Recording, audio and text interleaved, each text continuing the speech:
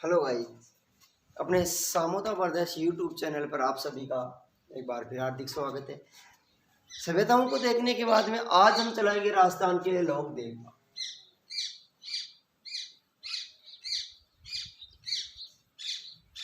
देखो, आज हम देखेंगे राजस्थान के लोक देवता। अब देखो, जो राजस्थान के लोक देवता थे तो ये आज जो वर्तमान में कलयुग में सबसे ज़्यादा जो पूजा होती है वो इन लोक देवताओं की होती है। क्यों होती है, ये पूजे क्यों गए, इसके पीछे देखो एक ही रीजन है। व्यक्ति अपने कर्मों से पूजा जाता है। तो अगर आपके और हमारे और इनके कर्मों में देखेंगे तो अंतर आता है। इनके जो कर्म थे, इन जो लोक देवता हैं उन्होंने भी हमारी तरह ही जन्म लिया था, लेकिन उनके जो कर्म थे वो ईश्वर के समान समतुल्य थे और ईश्वर के समान समतुल्य थे और लोग फिर उन्हीं की पूजा करने लग गए। वर्तमान में सर्वाधिक ज्यादा लोक देवता ही पूजे जाते हैं। तो आज हम देखेंगे राजस्थान के लोक देवता। तो जितने भी लोक देवता हैं वो अपने कर्मों की वजह से पूजे गए हैं। तो पहला ही आता है गोगा जी। पहला ही लोक देवता आता है वो आता है गोगा जी।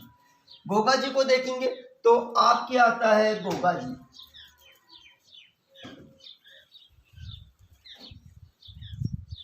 जो लोक देवता गोगा जी है, तो गोगा जी का जो जन्म हुआ था वो हुआ था 11वीं सदी में। तो हम लिखेंगे लोक देवता गोगा जी का जो जन्म हुआ था वो हुआ था 11वीं सदी में। मैंने एक बात पहले ही बताई थी कि जितने भी देवता हैं उनका हमारी तरह जन्म हुआ था, लेकिन ये व्यक्ति थे, इनके जो कर्म थे वो ईश्वर के समान समतुल्य बताए गए हैं और धीरे धीरे फिर समाज में इन्हीं की पूजा होने लग गई। तो लोक देवता गोगा जी का जो जन्म हुआ था वो हुआ था 11वीं सदी में।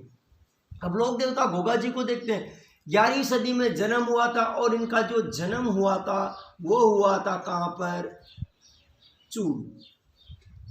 चूरू के ददरेवा नामक गांव में। तो चूरू के ददरेवा नामक गांव में लोक देवता गोगा जी का जन्म होता है, 11वीं सदी में होता है। लोक देवता जो गोगा जी थे, तो गोगा जी की जो जाति थी, तो गोगा जी एक राजपूत बताए जाते हैं।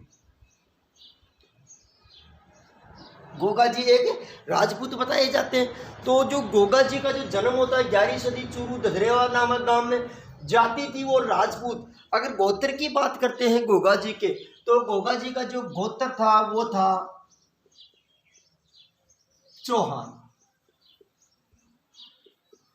गोगा जी का जो गोत्र थे तो चौहान गोत्र के जाति से राजपूत थे। गोगा जी के जो पिता का नाम बताया गया है वो बताया गया है जेवर। गोगा जी के पिता का नाम जेवर था और गोगा जी की जो माता का नाम था वो था बाछल। गोगा जी की माता का नाम था बाछल। पिता का नाम जेवर था, माता का नाम बाछल था। और गोगा जी के जो गुरु थे, गोगा जी के जो गुरु का नाम था वो था गोरखनाथ। गोगा जी के जो गुरु का नाम था वो बताया जाता है गोरखनाथ। तो गुरु गोरखनाथ, पिता माता बाछल, पिता जेवर बताया जाता है। गोत्र चौहान, जाति राजपूत थी और जन्म चूरू के ददरेवा नामक गांव में होता। इसको देखो, जो गुरु गोरखनाथ है, तो गुरु गोरखनाथ का भी एक जो था गुरु था। गुरु गोरखनाथ के गुरु का नाम था मच्छिंद्रनाथ। मच्छिंद्रनाथ, इसे ही लाठी लगा के बछेंद्रनाथ कहा जाता है। तो ये लो, गुरु गोरखनाथ के गुरु का नाम था मच्छिंद्र और बछेंद्रनाथ। मच्छिंद्र और बछेंद्रनाथ ने नाथ संप्रदाय चलाया था। इसने चलाया था, वो चलाया था नाथ संप्रदाय। तो गुरु गोरखनाथ ने मच्छिंद्रनाथ का ही उद्धार किया था। यानी गुरु गोरखनाथ इतिहास का वह पहला शिष्य है जिसने अपने ही गुरु का क्या किया था, उद्धार। तो ये हो गया, इसने अपने ही गुरु का क्या किया था, उद्धार। और गुरु के उद्धार के संबंध में पंक्तियां कही थी गुरु गोरखनाथ ने बछेंद्रनाथ और मच्छिंद्रनाथ के संबंध में पंक्ति बोली थी कि जाग मच्छिंदर गोरख आया, जाग मच्छिंदर गोरख आया। और आगे चलते हैं तो जो गोगा जी थे, अपने गोगा जी का जो प्रतीक है, गोगा जी का प्रतीक वो सर्प बताया जाता है। तो गोगा जी का जो प्रतीक है वो सर्प के रूप में, यानी जितने भी गोगा जी के मंदिर हैं उन मंदिरों में एक पत्थर के ऊपर सर्प को उत्कीर्ण किया गया है, तो प्रतीक के रूप में आएगा सर्प। गोगा जी की जो सवारी बताई जाती है, गोगा जी की सवारी घोड़ा था, तो ये लो गया घोड़ा, और घोड़ा भी कौन सा था, नीला घोड़ा। तो गोगा जी की जो सवारी बताई जाती है वो बताई जाती है नीला घोड़ा बताया जाता है। आगे चलते हैं तो गोगा जी की जो सवारी थी वो नीला घोड़ा थी, और आगे चलते हैं तो गोगा जी प्रतीक यानी पत्थर के ऊपर सर्प को उत्कीर्ण किया गया है। सवारी घोड़ा नीला। गोगा जी का जो थान बना होता है, जो मंदिर बना होता है गोगा जी का, जो गोगा जी का मंदिर होता है वो खेजड़ी के पेड़ के नीचे होता है, खेजड़ी के पेड़ के नीचे गोगा जी का मंदिर होता है, वो खेजड़ी के पेड़ के नीचे होता है। और सवारी घोड़ा नीला प्रतीक के रूप में सर्प बताया गया है। आगे चलते हैं तो गोगा जी गायों के मुक्तिदाता कहलाते हैं, तो हम लिखेंगे गायों के मुक्तिदाता। इसको मैं मोस्ट कर रहा हूं, गोगा जी गायों के मुक्तिदाता कहलाते हैं और इसे सर्पों का देवता कहा जाता है, तो ये हो गया सर्पों का देवता। दोनों नाम ध्यान में रखने पड़ेंगे। गोगा जी को गायों का मुक्तिदाता, सर्पों का देवता कहा जाता। अब देखो गोगा जी के साथ क्या घटित होता है। गोगा जी एक आदमी था और मुस्लिम आदमी था, यानी महमूद गजनवी।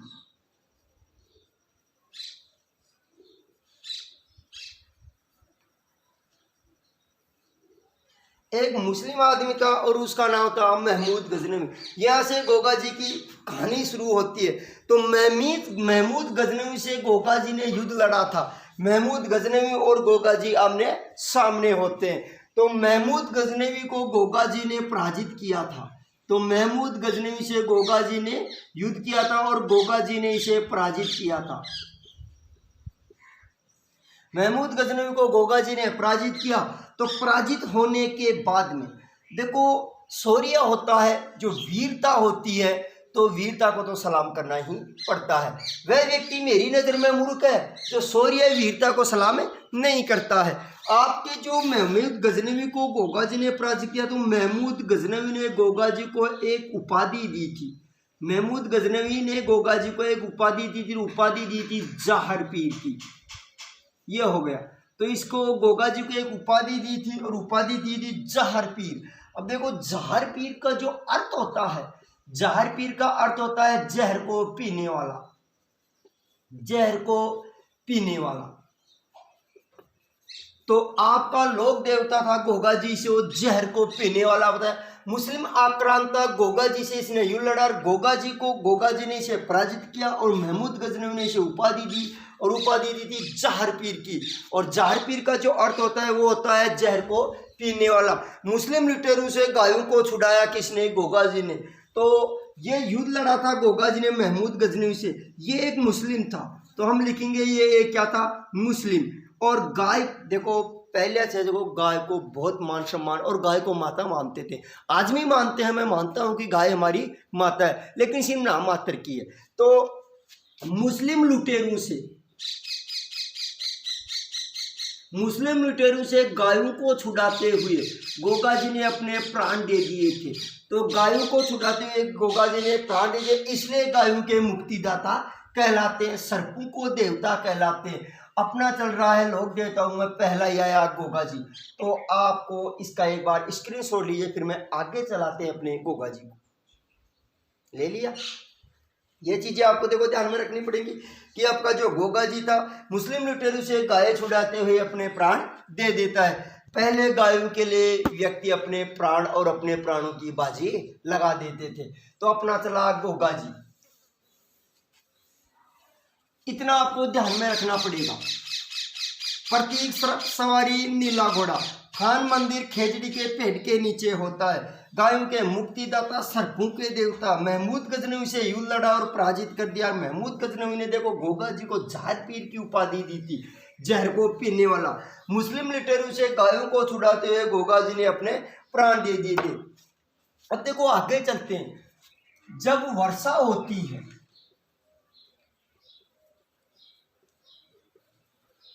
सीधी सी बात है, हम किसान हैं, मध्यम वर्ग से संबंध रखते हैं। तो जब वर्षा होती है तो किसान खेती करेगा। किसान खेती करता है तो पहली बार खेत जोतने के लिए हल लेके जाता है। तो वर्षा होते समय जब पहली बार किसान खेत जोतता है तो हल और हल वाले दोनों के बोले तो गोगा राखड़ी बांधता है। तो वर्षा होती है और किसान जब खेती करता है, किसान पहली बार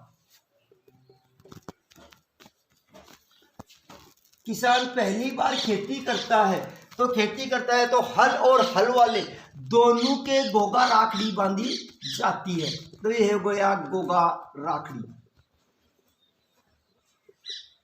यानी खेती शुरू करने से पहले हल और हल वाले दोनों के गोगा राखड़ी बांधी जाती है। गोगा जी का नाम लेके शुरू किया जाता है। आगे चलते हैं तो देखो, गोगा जी के जो मुस्लिम लुटेरों से गायों को छुड़ाते हुए गोगा जी ने प्राण दे दिए थे। अच्छी बात है, गायों के लिए मरने वाले पहले भी थे शूरवीर। तो गोगा जी की जो शीर्ष मेढ़ी है, गोगा जी का जो शीर्ष है, तो गोगा जी की जो शीर्ष मेढ़ी है वो आपकी गोगा जी की जो शीर्ष मेढ़ी पड़ती है वो पड़ती है आपके चूरू में, ददरेवा। गोगा जी की जो शीर्ष का मतलब ये शीर्ष रखा हुआ है गोगा जी का, वो रखा है, इसे बोलते हैं शीर्ष मेढ़ी। ये रखी हुई है आपके चूरू में। कहाँ पर रखी हुई है? चूरू में रखी हुई है, ददरेवा नामक स्थान पर। और गोगा जी की आगे चलते हैं तो ये सिर के बाद में जो नीचे का स्थल है इसे कहा जाता है धूर मेढ़ी और घोगा मेढ़ी के नाम से जाना जाता है। तो ये गया दूर मेढ़ी और एक हो गया गोगा मेढ़ी, इसे ही गोगा मेढ़ी कहा जाता है। सिर रखा हुआ है चूरू ददरेवा नामक स्थान पर, वो शीर्ष मेढ़ी कहलाती है। धूर मेढ़ी और गोगा मेढ़ी ये है आपके नोहर, और नोहर पड़ता है आपके हनुमानगढ़ में। नोहर पड़ता है आपके हनुमानगढ़ में। तो धूर मेढ़ी और गोगा मेढ़ी कहाँ पर है? हनुमानगढ़ में। शीर्ष मेढ़ी ददरेवा चूरू में। अब आपकी ये धूर मेढ़ी और गोगा मेढ़ी है, इसका जो निर्माण करवाया था, धूर मेढ़ी और गोगा मेढ़ी का जो निर्माण करवाया था वो करवाया था फिरोज शाह तुगलक ने।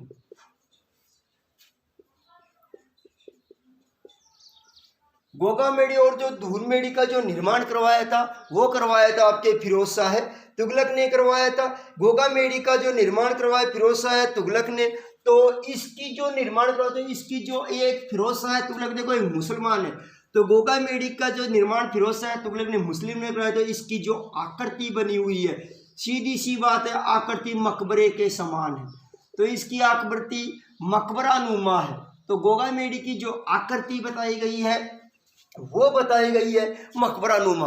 तो इसकी जो आकृति है वो मकबरा नुमा है और इसका निर्माण फिरोज शाह तुगलक ने करवाया था। फिरोज शाह तुगलक का जो संबंध है वो भारत में तुगलक राजवंश से है। तो ये हो गया तुगलक राजवंश।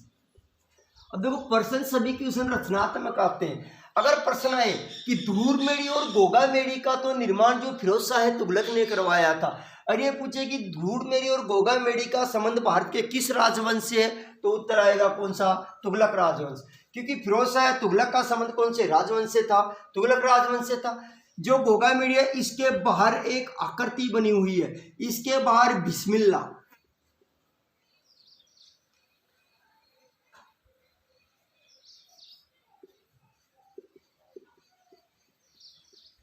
इसके बाद बिस्मिल्लाह चिन्ह जो है वो अंकित है। तो आकृति मकरबानुमा और बाहर बिस्मिल्लाह अंकित है। जो गोगा मेढ़ी का निर्माण करवाया था वो भारत के तुगलक राजवंश ने करवाया था। अब गोगा जी को देखो, हिंदू और मुसलमान दोनों पूछते हैं, क्योंकि मोहम्मद गजनवी जो है मुस्लिम आक्रांता था, जिसके गायों से छुड़वाया, युद्ध में पराजित किया और उसने झार पीर की संज्ञा दी। तो गोगा जी को बोले तो आपके हिंदू और मुसलमान, गोगा जी को हिंदू और मुसलमान दोनों पूजते हैं।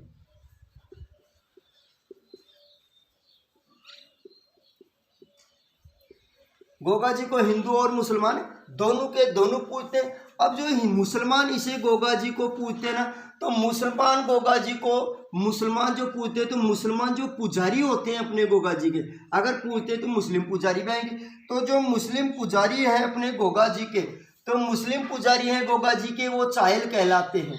तो हम लिखेंगे गोगा जी के मुस्लिम पुजारी क्या कहलाते हैं? चायल के नाम से। चावल नहीं है ये चायल है। ये चायल के नाम से जाने जाते। इसके जितने भी मुस्लिम पुजारी हैं गोगा जी के, वो चायल के नाम से जाने जाते हैं। आगे चलते हैं तो गोगा जी की जो ओल्डी है, ओल्डी जानो तो कायम है। गोगा जी की जो ओल्डी है, ओल्डी कहा जाता है कच्चे घर को। ओल्डी काय को कहा जाता है? कच्चे घर को कहा जाता है। तो गोगा जी की जो ओल्डी है वो कहाँ पर है? सांचौर। सांचौर, और सांचौर कहाँ पड़ता है? आपके जालोर में पड़ता है। तो गोगा जी की ओल्डी और गोगा जी का जो कच्चा घर है वो कहाँ है? सांचौर जालोर में है। अब गोगा जी का जो मेला भरता है, गोगा जी का मेला भरता है, गोगा जी का जो मेला भरता है वो भरता है गोगा नवमी पर। वो कब भरता है? गोगा नवमी पर। और वो लगता है गोगा मेड़ी में। गोगा मेड़ी में, गोगा मेड़ी कहाँ पड़ती है? आपके हनुमानगढ़ में पड़ती है। तो गोगा जी का जो मेला भरता है वो अब बोले तो आपके गोगा मेली गोगा नवमी के दिन लगता है। गोगा नवमी आती है बहादुर पद कर्षण नवमी को आती है। इस दिन आती है आपकी गोगा नवमी। तो ये हो गई गोगा नवमी, गोगा नवमी। और गोगा नवमी आती है भाद्र कृष्ण नवमी को आती है। इसको आप ध्यान में रखोगे, एग्जाम में पूछा जाएगा। यानी गोगा जी का जो मेला भरता है वो भाद्र कृष्ण नवमी को गोगा नवमी के दिन भरता है। और ये मेला कहाँ भरता है? भाद्र कृष्ण नवमी को। ये भरता है गोगा मेड़ी पर। तो हो गया गोगा मेड़ी। गोगा मेड़ी पड़ती है आपके हनुमानगढ़ में।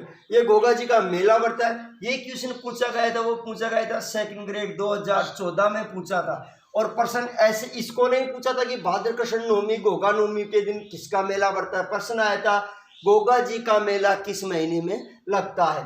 तो आपके गोगा जी का मेला वो भाद्र के महीने में लगता है। गोगा नवमी मेड़ी पर लगता है, गोगा नवमी के दिन लगता है।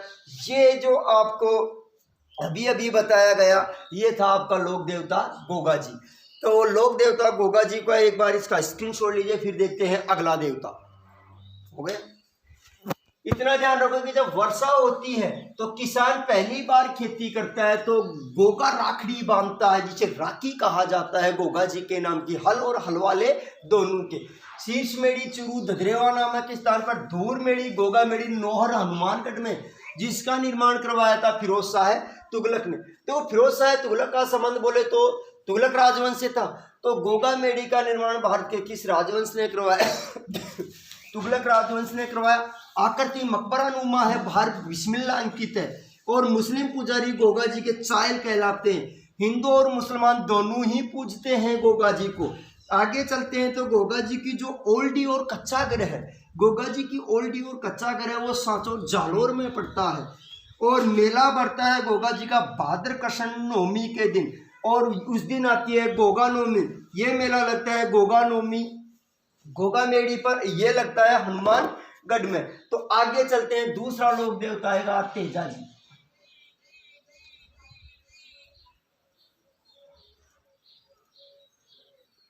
दूसरा लोक देवता है तेजा जी। देखो तेजा जी का जो जन्म हुआ था वो हुआ था विक्रम संवत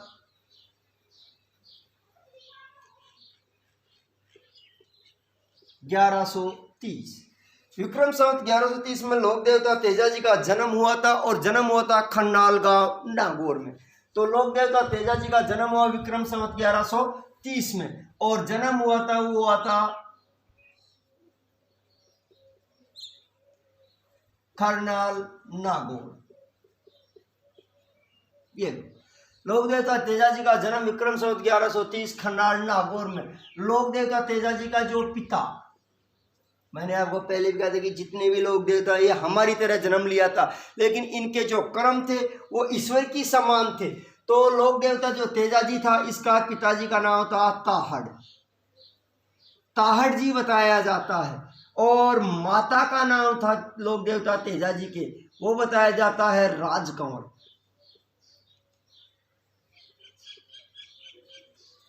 माता का नाम बताया जाता है राजकंवर। लोक देवता तेजा जी की जो पत्नी का नाम था वो बताया जाता है पेमल। पत्नी का नाम बताया जाता है, वो पेमल बताया जाता है। पेमल की जो सखी थी, पेमल की सखी का नाम था लाछा गुजरी।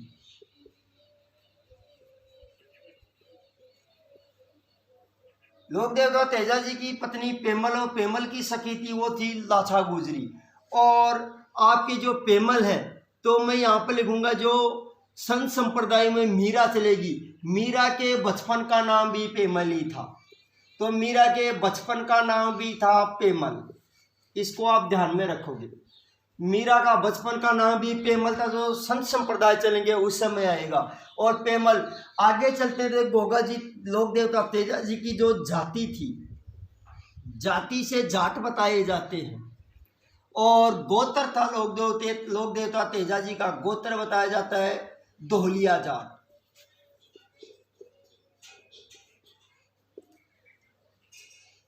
ये लो, जाति हो गई जाट और गोत्र हो गया धोलिया। मीरा के बचपन का नाम भी पेमल था।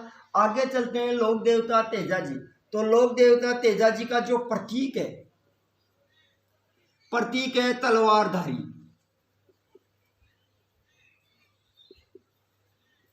तलवारधारी प्रतीक बताया जाता है लोक देवता तेजा जी को। आगे चलते हैं तो लोक देवता तेजा जी का विवाह बचपन में ही हो जाता है। लोक देवता तेजा जी का विवाह बचपन में होता है पेमल के साथ, लेकिन ससुराल वाले और इनके जो घर वाले थे उनमें अनबन हो जाती है। तो अपनी पेमल को लाने के लिए लोक देवता तेजा जी जाते हैं। तो लाछा गुजरी इसकी सखी थी, लाछा गुजरी के घर पर रुकते हैं। तो लाछा गुजरी की गायों को, लाछा गुजरी की गायों को मेर बोले तो सिरोही, मेर बोले तो सिरोही के मीणा ले गए थे, सिरोही के मीणा ले गए थे। तो लाछा गुजरी की गायों को मेर सिरोही के मीणा ले जाते हैं। लोक देवता तेजा जी ने मेर और सिरोही के मीणाओं से लाछा गुजरी की गायों को छुड़वाते हैं। जब लाछा गुजरी की गायों को छुड़वाने के लिए जाते हैं तो बीच मार्ग में एक सर्प अग्नि के में जल रहा था।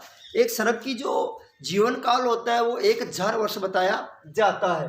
तो लोक देवता तेजा जी को उस जलते हुए सर्प को देखकर दया आ जाती है और अपने भाले से उसे बाहर निकालते हैं। जैसे ही बाहर निकालते तो जो सर्प था वो मानव का रूप धारण कर लेता है। मानव का रूप धारण करते लोक देवता तेजा जी को बोलते हैं कि मैं सर्प जा रहा था, तूने मेरे प्राण बचाकर, तो प्राण बचाकर ये जो कार्य किया वो सही नहीं किया। अब मैं तेरे को कहीं पर भी नहीं जाने दूंगा, अब मैं तेरे को डसूंगा। तो लोक देवता तेजा जी ने कहा कि मैंने तो बोले तो तेरे को जलते हुए को अग्नि से बाहर निकाल तेरे प्राण बचाए हैं, अगर तू भला भी नहीं मान रहा तो बुरा भी क्यों मानता है। तो सर्प ने कहा कि मैं सर्प की प्राप्ति कर रहा था, तूने मेरे प्राण बचाए हैं। तो लोक देवता तेजा जी ने कहा कि हे सर्प देवता, मेरे को तो आप डस लेना, लेकिन मैं आपको एक वचन देता हूं कि मेरे को लाछा गुजरी की गायों को मेरी सिरोही के मीणाओं से छुड़वाना है। मैं तेरे को वचन देता हूं तेरी भंबी के ऊपर आऊंगा। तो मेर और सिरोही के मीणाओं से गायों को छुड़वाता है, मेर और सिरोही के मीणाओं से गायों को छुड़वाता है, छुड़वाता है और मृत्यु को प्राप्त हो जाता है। मेर सिरोही के मीणाओं से लाछा गुजरी की गायों को छुड़वाते मृत्यु को वीर गति को प्राप्त हो जाता है। अतः लोक देवता तेजा जी को गायों का मुक्तिदाता कहा जाता है, गायों का मुक्तिदाता। और सर्पों का देवता कहा जाता है, गायों का मुक्तिदाता और सर्पों का देवता कहलाया लोक देवता तेजा जी का। जब ये मेर सिरोही के मीणाओं से गायों को छुड़वा कर वापस आता है तो बोले तो सर्प की भंबी पर आता है और उसे बोलता है कि मैंने अपना वचन निभाया है, आपको अपना वचन निभाना पड़ेगा। तो नाग देवता ने तेजा जी को उसकी जीभ के ऊपर डसा था, इसलिए लोक देवता तेजा जी को गायों का मुक्तिदाता, सर्पों का देवता और वचन का पक्का कहा जाता है। तो हो गया वचन का पक्का, और इसे वचन का पक्का कहा जाता है। इसे ही काला और बाला का देवता कहा जाता है, काला व बाला का देवता कहा जाता है, काला व बाला का देवता कहा जाता है। तो ये हो गया, इसे ही काला व बाला का देवता कहा जाता है, और इसे ही कृषि उपकारक देव के नाम से जाना जाता है। कृषि उपकारक, इसे ही कृषि उपकारक के नाम से जाना जाते हैं। इसके उपनाम रहे गायों के मुक्तिदाता, सर्पों का देवता, वचन का पक्का कहलाता है, काला व बाला का देवता और कृषि उपकारक देवता के नाम से जाना जाता है। आगे चलते हैं तो लोक देवता जो तेजा जी है, लोक देवता तेजा जी का जो मंदिर रहता है वो थान कहलाता है। तो मंदिर रहता है वो थान कहलाता है, और ये थान नीम के पेड़ के नीचे होता है, नीम के पेड़ के नीचे। यह स्थान नीम के पेड़ के नीचे होता है। तेजा जी का जो पुजारी होता है, लोक देवता तेजा जी का पुजारी घोड़ला कहलाता है, यानी इसका जो भोपा होता है वो बोले तो घोड़ला पुजारी के नाम से जाना जाता है। थान नीम के पेड़ के नीचे काला बाला लाचा गुजरी की गायों को छुड़वाते हुए अपने प्राण दे दिए। सर्प देवता ने इसे नाग अवतारी कहा जाता है, इसे ही नाग अवतारी कहा जाता है। लोक देवता तेजा जी को ही नाग अवतारी के नाम से जाना जाता है। ये अपने चल रहा है लोक देवता तेजा जी। इसके बाद आगे और चलेंगे, एक बार इसका स्क्रीनशॉट लीजिए, ले लिया।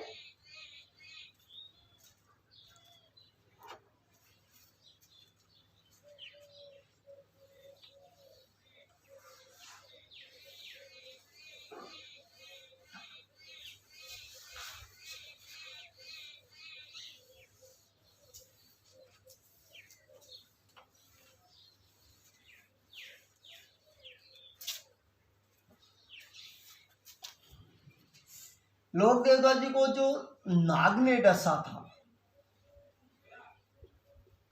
वो डसा था सेंद्रिया, और सेंद्रिया पड़ता आपके ब्यावर अजमेर में। लोक देवता तेजा जी को नाग देवता ने डसा था, वो सेंद्रिया ब्यावर अजमेर में। तो नाग डसा था इनको सेंद्रिया।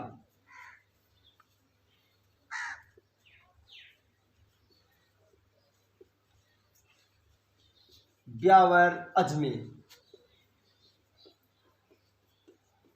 लोक देवता तेजा जी को सेंद्रिया ब्यावर अजमेर में नाग देवता के डसने पर मृत्यु हुई थी, और नाग देवता ने जसा था वो डसा था, वो जीभ के ऊपर डसा था।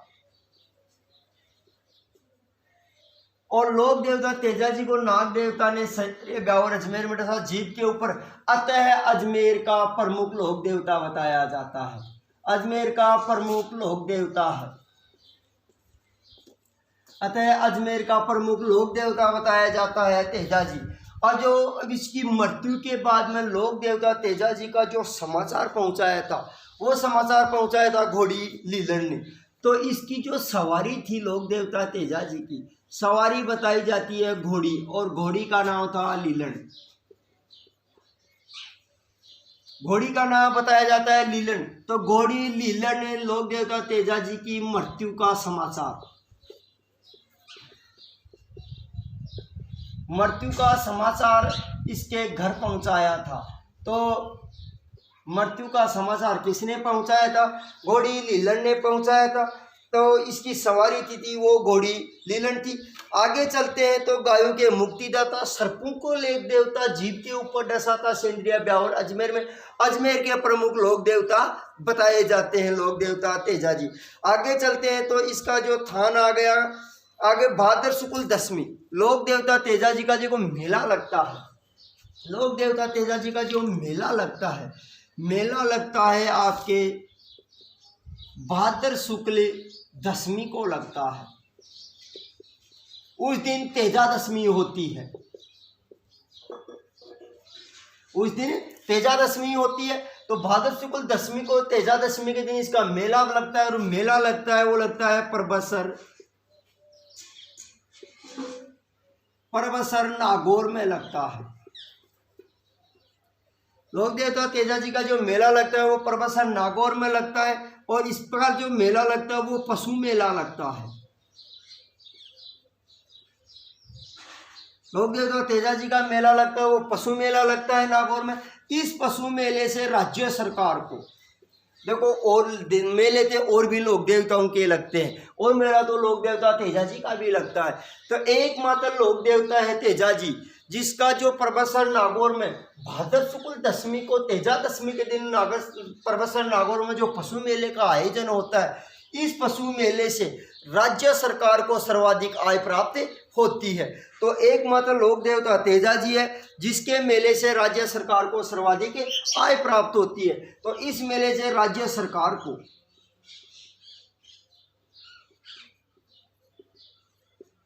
सर्वाधिक आय प्राप्त होती है।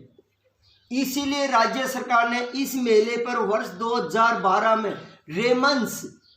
रेमन्स नामक टैक्स लगा दिया। प्रश्न है, कौन सा लोक देवता है जिसके मेले पर वर्ष 2012 में राज्य सरकार ने रेमन्स नामक टैक्स जारी किया था? लोक देवता तेजा जी का सर्वाधिक आय प्राप्त होती है। अतः राज्य सरकार सर्वाधिक पशु मेलों का आयोजन आपके नागौर में ही करवाती है। तो आपकी जो राज्य सरकार है वो सर्वाधिक पशु मेलों का आयोजन, सर्वाधिक पशु मेलों का जो आयोजन करवाती है, सर्वाधिक पशु मेलों का आयोजन नागौर में ही करवाती है। तो सर्वाधिक पशु मेलों का आयोजन नागौर में करवाती है, जैसे आपके बलदेव पशु मेला, बलदेव पशु मेला, रामदेव पशु मेला,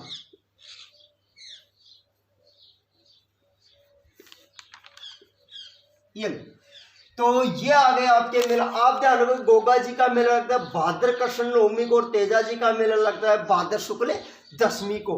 आगे चलते तो लोक देवता तेजा जी सर्प के काटे हुए, सर्प व कुत्ते के काटे हुए को ठीक करते हैं, सर्प व कुत्ते के काटे हुए को ठीक करते हैं लोक देवता तेजा जी। सर्प के काटे हुए और कुत्ते के काटे हुए को ठीक करते हैं लोक देवता तेजा जी ने पहली बार। लोक देवता तेजा जी ने पहली बार एक तो गोमूत्र और गोबर से, गोबर की राख से जहर या सांप के काटे हुए का इलाज निकाला था। ये काम किया था आपके किसने? लोक देवता तेजा जी ने। तो ये चल रहा था आपका कौन सा? लोक देवता तेजा जी। तो ये था आपके लोक देवता तेजा जी। आपको इसको ऐसे कैसे ध्यान में रखना पड़ेगा। तो अपने दो लोक देवता हुए, गोगा जी और एक दूसरा है तेजा जी।